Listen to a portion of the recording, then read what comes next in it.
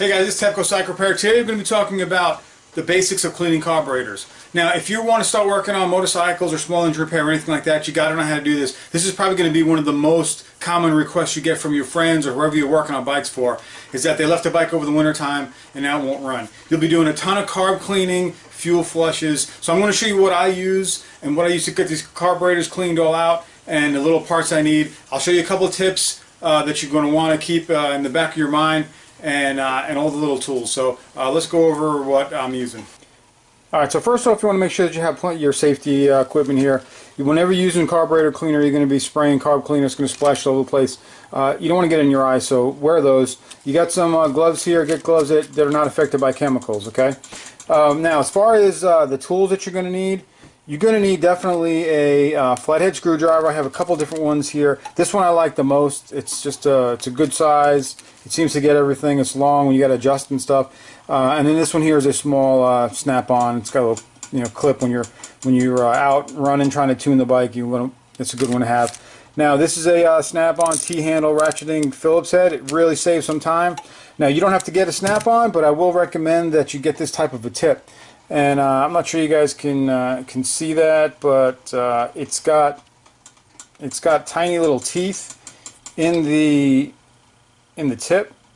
All right, see if that'll focus for you. I'm not sure what, but it's got little tiny teeth. It's a number 2 bit, and it really stops you from. It helps you from stripping out the float bowl screws. Okay, so you also want to have a automatic center punch. This is again for those float bowl screws, so you don't strip them out. If they're hard to get out, you want to put this in the center of it and get a little punch with this right here. And these things are spring loaded. When you push them in, they kind of flex and then they pop.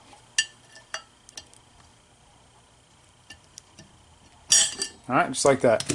All right, and that's going to take care of any tight screws. You just put them right on the right on there, okay? And you just push on that thing and pop it, and that'll help loosen it up. And then hit it with a good screwdriver to get it off. All right, so another thing you're going to use is what you're going to need is some wires. Now, this little wire, okay, is for my pilot jets or your main jet, whatever jets you have. You can't just shoot them with carburetor cleaner. You want to make sure you actually mechanically clean them. All right. Now, what I use here is I have a brush like this. Whenever I need one, I just kind of pull it back and snip it off with a pair of cutting pliers right here. Okay. I'll just snip off one of them, and I got a new one whenever I need it. All right. So that's that.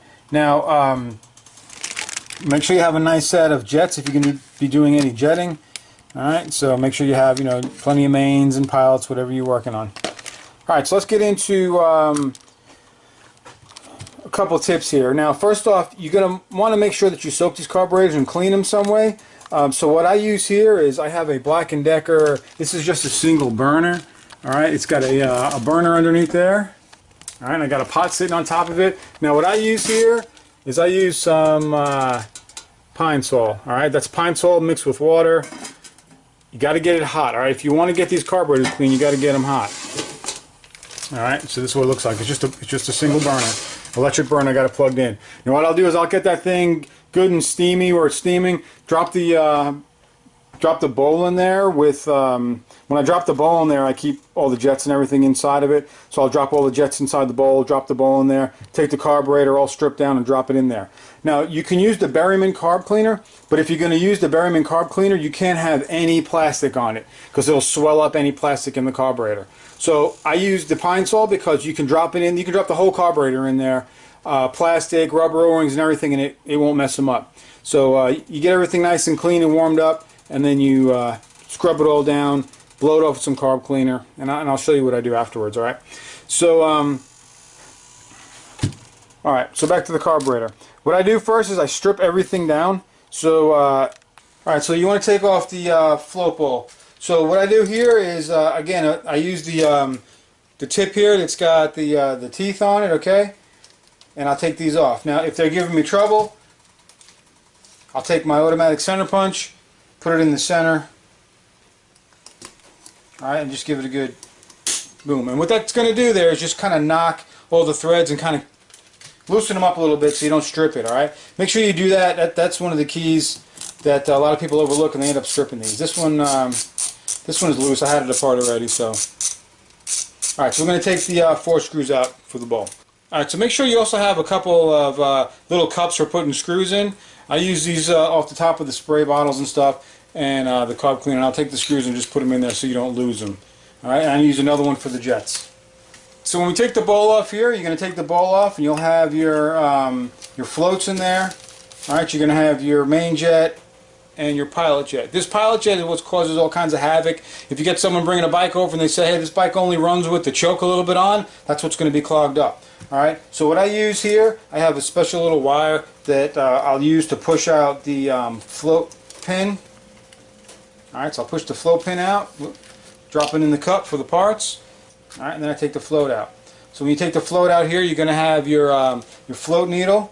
Alright, you want to make sure you just give that a good cleaning, and take a magnifying glass and look closely at it and make sure there's no rings on it. If there's rings on it where it's worn out, you're going to have a sealing problem and it won't seal. You might get some fuel leaking out of your overflow. So make sure you scrub that up clean. Again, you can drop this straight into the PineSol.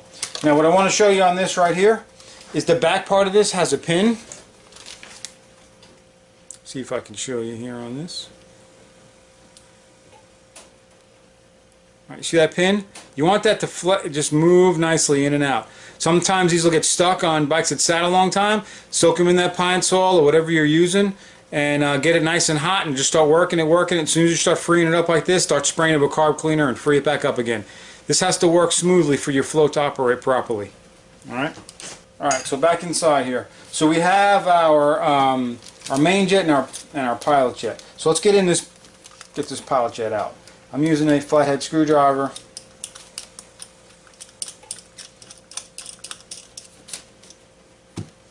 Okay, and here's our pilot jet. Now what I'll do with these is I'll drop them, like I said, just drop them inside the bowl. Alright, so I'll sit them inside the bowl and then I'll just drop them in my cleaner. And they'll get all warmed up. Alright, and get ready to get cleaned out. Now what I do here is I'm going to take this thin little wire that I took off that brush I showed you, and I'm going to stick it through all the holes. Alright, so I stick it through the hole like that, and then I'm just going to spin it. Make sure I get it good and clean. But the most important part is going to be up the center of it. So what you want to do is take the wire, kind of stick it up the center, and make sure that you're getting all the way through.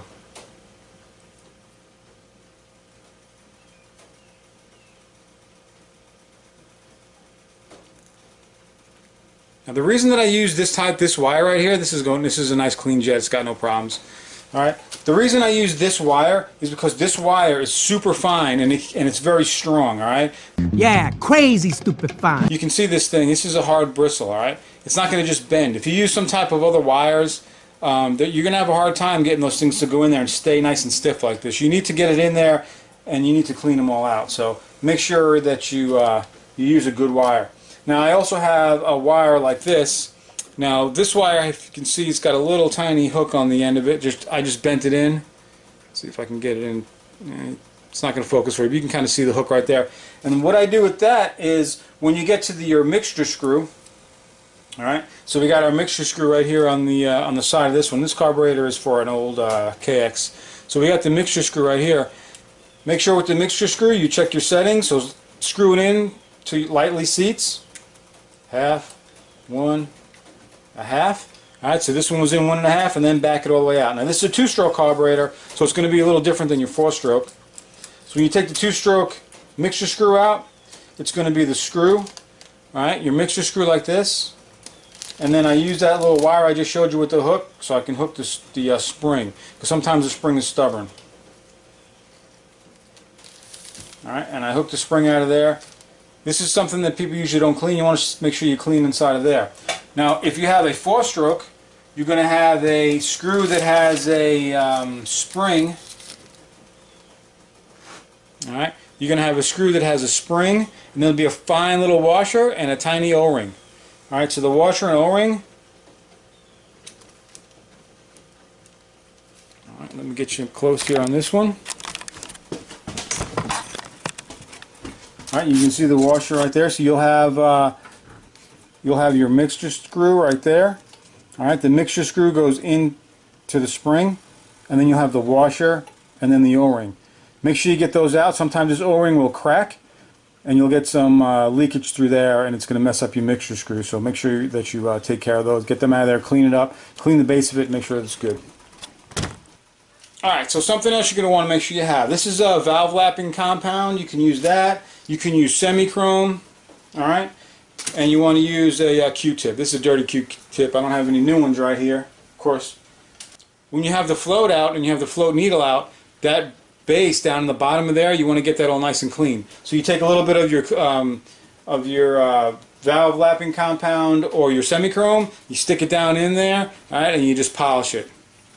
And you want to make sure that seat is nice and seat's nice and shiny and clean in there, and that you don't have any buildup of gasoline in there. So make sure you get that all cleaned out. Alright, so for this particular carburetor, it's going to be a 6mm to get the main jet out.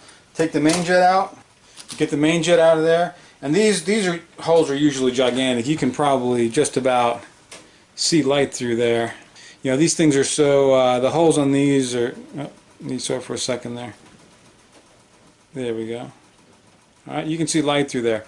Now what you want to do is make sure that when you get this cleaned out, that you hold it up to the light and make sure you got a nice clean circle. So I like to use a magnifying glass like this right here. I take the magnifying glass and I'll just hold it up to my eye, look through there, make sure that the circle looks nice and clean and round, and no dirty edges on the edge of it, so your jets are nice and clean.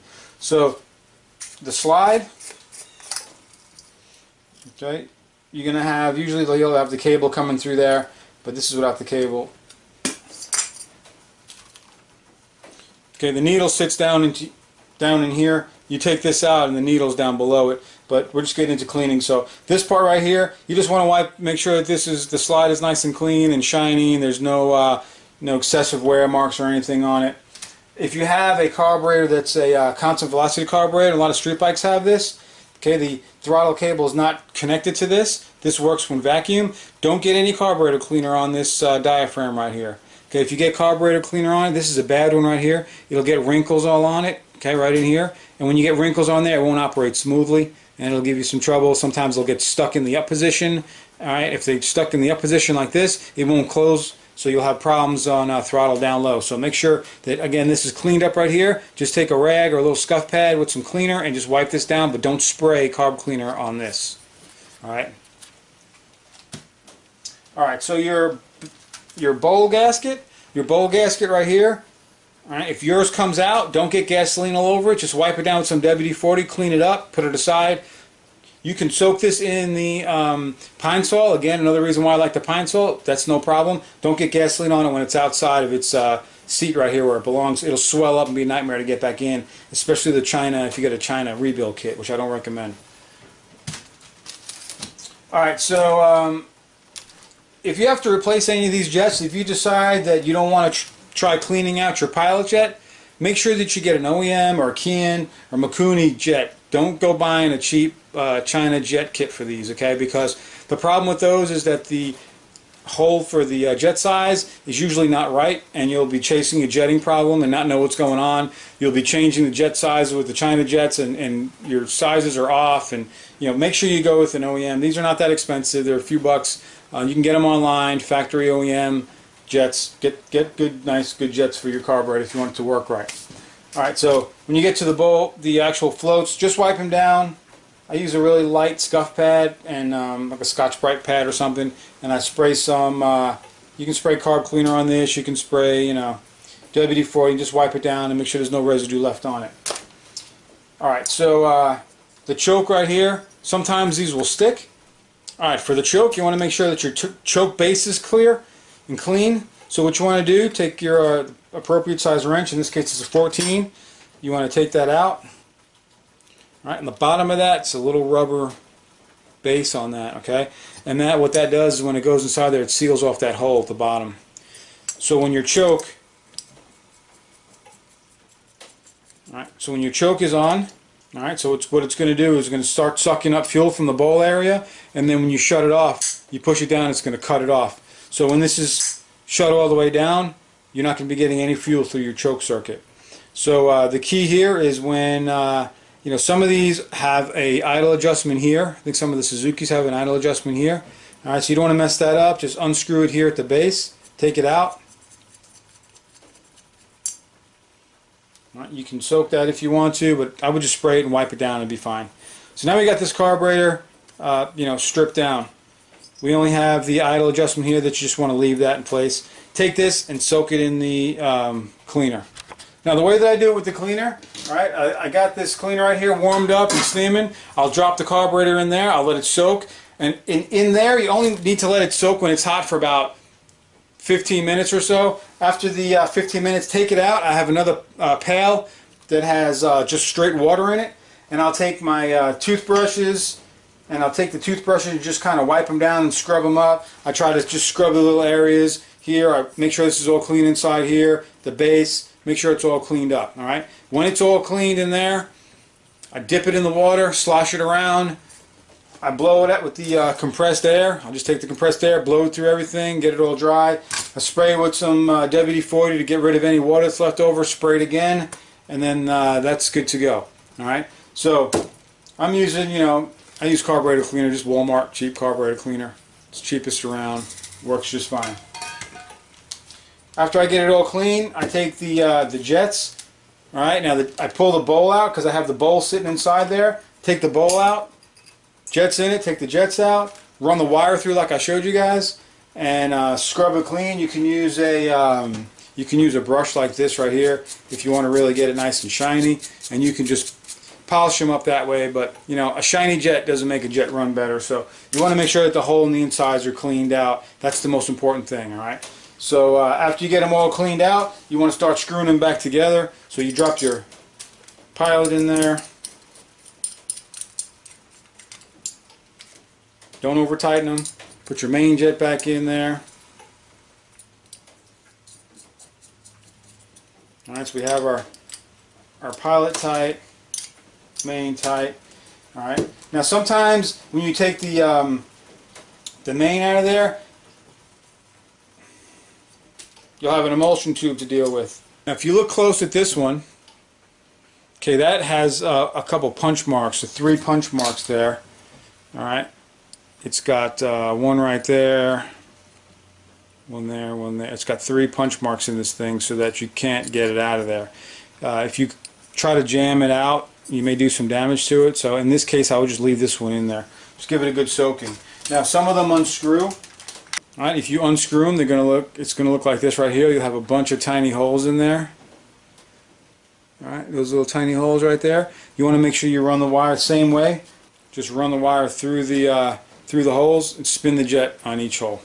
Alright. This has a little different looking main jet. It's got the this top part just screws out of there, and then the emulsion tube.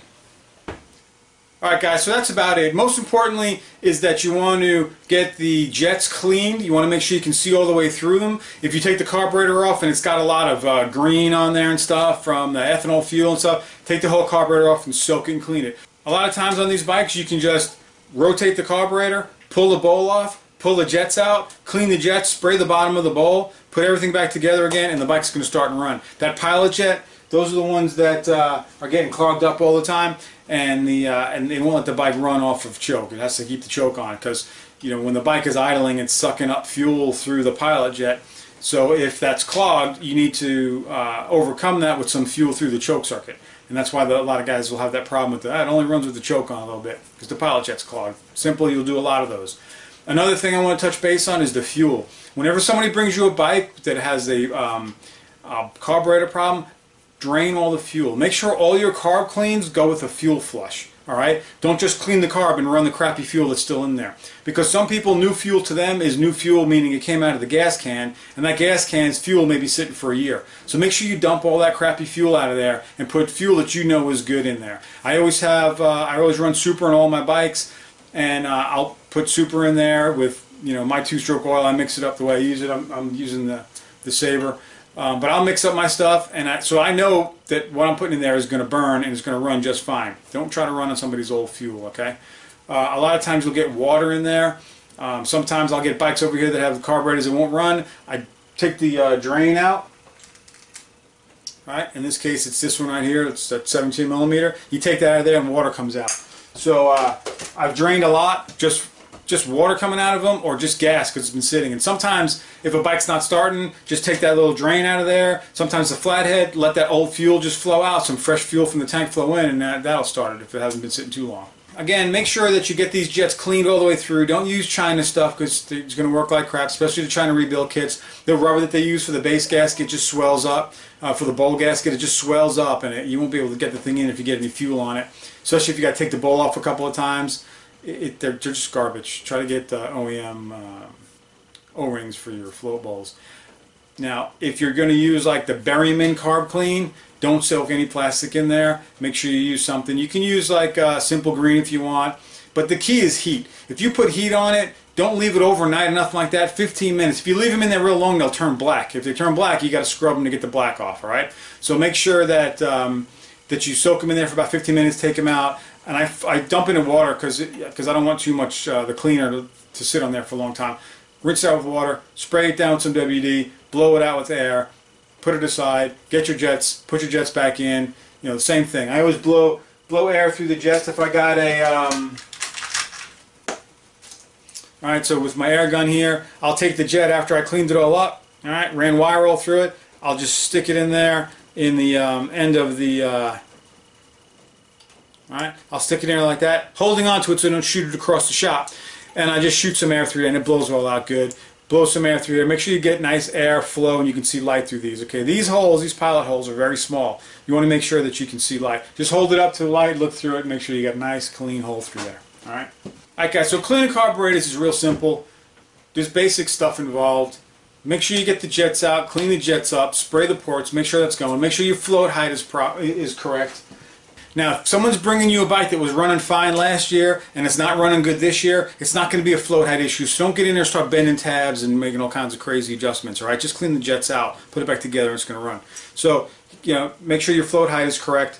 And the float height is where it first touches. Okay, you remember that little spring that we were working on on the float needle?